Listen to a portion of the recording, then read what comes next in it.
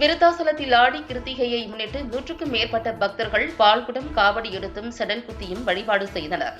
கடலூர் மாவட்டம் விருத்தாசலம் வடக்கு வீரபாண்டி தெருவில் அமைந்துள்ள சுப்பிரமணிய சுவாமி கோவிலின் 46ஆம் ஆண்டு ஆடி கிருத்திகை திருவிழா கடந்த 7ஆம் தேதி காப்பு கட்டுதலுடன் தொடங்கியது. அதனைத் தொடர்ந்து ஒவ்வொரு நாளும் பல்வேறு அபிஷேக பொருட்களால் சிறப்பு அபிஷேகம் மற்றும் தீபாராதனை நடைபெற்று சுவாமி வீதி உலாவும் நடைபெற்று வந்தது. தொடர்ந்து விநாயகர் மற்றும் வள்ளி தெய்வானை உடனுரை முருகன் தேரில் எழுந்தருள திருத்தேர் வீதி உலா நடைபெற்றது. 10ஆம் நாளன்று திருவிழாவின் முக்கிய நிகழ்வான செடல் திருவிழா நடைபெற்றது. நூற்றுக்கணக்கான பக்தர்கள் மணிமுக்தா ஆற்றங்கரையில் இருந்து பால்குடம் எடுத்தும் காவடி எடுத்தும் மாற்றுத்திறனாளி உட்பட செடல் அணிந்தும் ஊர்வலமாக கடைத்தெரு பாலக்கரை வழியாக கோவிலுக்கு வந்தடைந்தனர்.